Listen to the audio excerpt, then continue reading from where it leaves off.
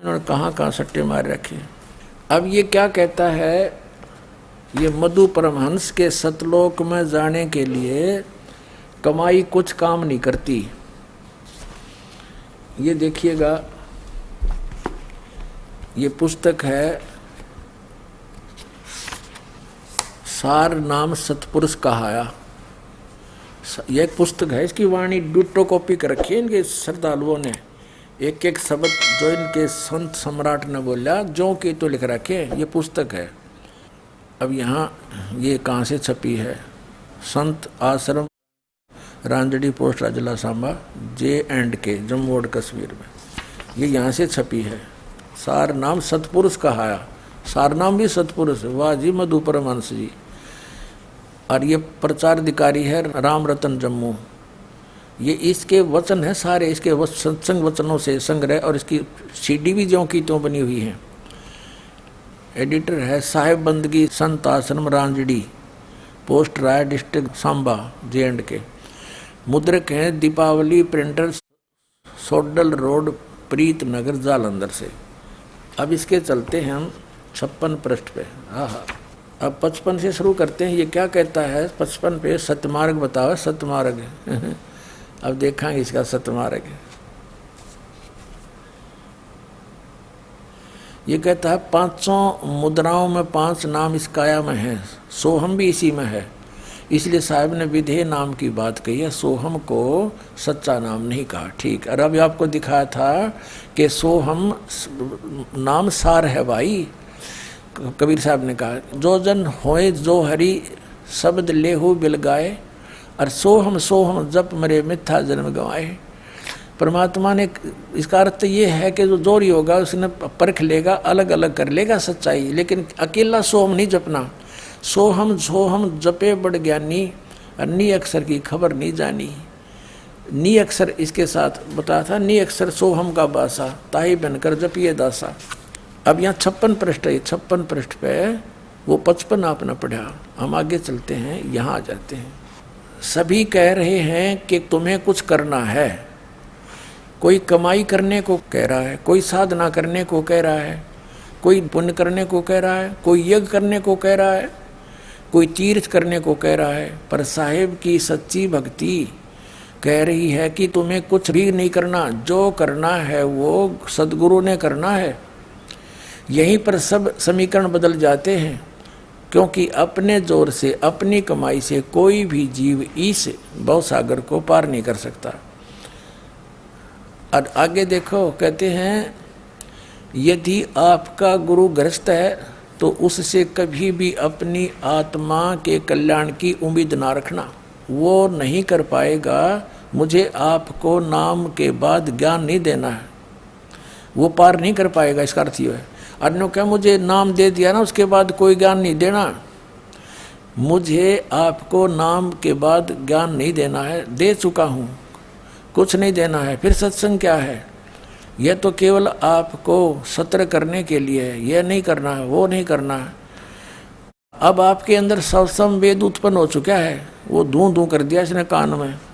आगे 57 पे क्या कहता है, और फिर कहा है जो गुरु गृहस्थ है, गृहस्थ में रहकर अपने को संत कह रहा है, वो आपसे धोखा कर रहा है, वो कभी भी संत नहीं हो सकता। ऐसे वैसे पता नहीं क्या सट्टे मार रखे। चलो इसका कट्ठा एक बार इसकी सारी पढ़ लें, फिर कट्ठी हिंदी कर दूंगा इसकी। अब देख लो, अब 61 पृष्ठ पे देखें। 61 पृष्ठ पे है, यही पुस्तक है सार नाम सतपुरुष कहाया, साहेब बंदगी अलंगा। जो सच्चा नाम है वह केवल संतों के पास है, वो वाणी का विषय नहीं है, वह कहने सुनने या पढ़ने लिखने में भी नहीं है। आता वो 52 अक्षर से परे है, वो सजीव वस्तु है। देखो इसकी अकल। अब परमात्मा ने 100 जगह बोला कबीर साहब घर में कि आदि नाम ये सार नाम हमने भाग सुनाया, ये मूर्ख जीव मर्म नहीं पाया। तो ये तो उन जीवों में से जो मर्म नहीं समझ सका परमात्मा का। ये 52 अक्षर क्यों बोले, वाणी का विषय वैसे ही कह देते। 52 अक्षर का अर्थ है जो वेदों पुराणों और उपनिषदों और गीता में इस परमात्मा के यथार्थ नाम का कोई जिक्र नहीं है। वो इनसे बाहर कबीर साहब ने स्वयं आकर अपनी वाणी में बोला है। कहते हैं सोहम शब्द हम जग में लाए, सार शब्द हमने गुप्त छिपाए। सोहम शब्द है ही नहीं किसी इन 52 अक्षर यानी संस्कृत देवनागरी लिपिबद्ध जितने भी ग्रंथ हैं कबीर साहब से पहले के, अर्थ तो इसका ये है। इसने डालिया फिर धूं धूं कर दिया, हाँ बस यूँ पार कर देगा, ना लिखा जाता ना पढ़ा जाता। फिर तन ने कहाँ से मिला धूं धूं, तो कैसे समझाए धूं धूं को, ये दिखाता है धूं धूं। अब ये क्या कहता है कि संत सदगुरु परम तत्व को लाकर शिष्य के अंदर भीतर छोड़ देते हैं, यही नाम कहलाता है। सतपुरुष तो लेकर आते हैं, इस नाम के बिना कोई भी जीव संसार से पार नहीं हो सकता। यही नाम अर्थात स्वयं परमात्मा जीव को इस संसार सागर से परे अमर देश में ले जाता है। अब देखो चाड़ा पाट दिया इसने। पहली बार जब साहेब धरती पर आए कलयुग में 100 साल रह कर चले गए, पर एक भी जीव को नहीं ले जा सके। कबीर साहब के बारे में कह रहा है ये। परम पुरुष ने पूछा कि कोई भी जीव नहीं लाए, तो कबीर साहब ने कहा नहीं। परम पुरुष ने पूछा क्यों? कबीर साहब ने कहा कि जिसे सुबह समझाता हूँ शाम को भुला देता है, जिसे शाम को समझाता हूँ सुबह भुला देता है। तब परम पुरुष ने कहा कि यह लो गुप्त वस्तु नाम, जिस घट में यह वस्तु दे दोगे उस पर काल का जोर नहीं चलेगा। इस तरह नाम रूप में सद्गुरु स्वयं मालिक साथ में कर देते हैं, जिसके कारण जीव को स्वयं कमाई की कोई जरूरत नहीं रहती। वो स्वयं ही शरीर छूटने के बाद अनल पक्षी की तरह अपने घर की तरफ चल पड़ता है। अब पुण्यात्माओं देख इसकी अकल, देख इस भले पुरुष की। आप डूब रहा नो कहे 2 से आश्रम बना रहा हूँ और वो डबो दिए बबूल का बीज बो के।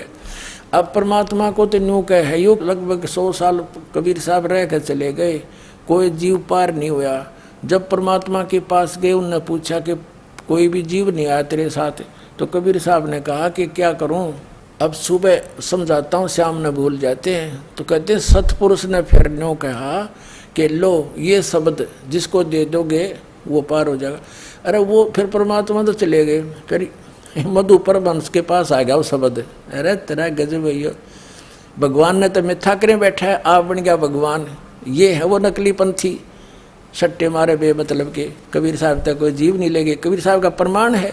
पता नहीं कितने जीवों को पार कर रखा, कलयुग में उस समय भी किया और पहले भी बहुत कर रखे हैं, सतयुग त्रेता द्वापर में। तो इस कख चढ़ना इसने मालिक को, आप बन बैठा परमात्मा। ये है वो मैं करे सो मारिए, तू करे सो छूट बे। इस मार में होशियार बंदे गधा बने के ऊँट बे। हूँ करे सो गद्दा होई और मैं करे सो बोक बे। बंदा बेसारे बंदगी तो स्वान है सब लोग बे। अब ये कहता नाम की कमाई नहीं करनी, बस सिर पर हाथ रख देता हूँ और कान में धूं धूं कर देता हूँ। उसका वह शक्ति प्रवेश कर दी उसमें। वह शक्ति आई क्यों कर तेरे पास? कबीर साहब बैरिंग चले गए खाली और यूँ ले जाएगा जहाज भर के। तेरा गजब भैया।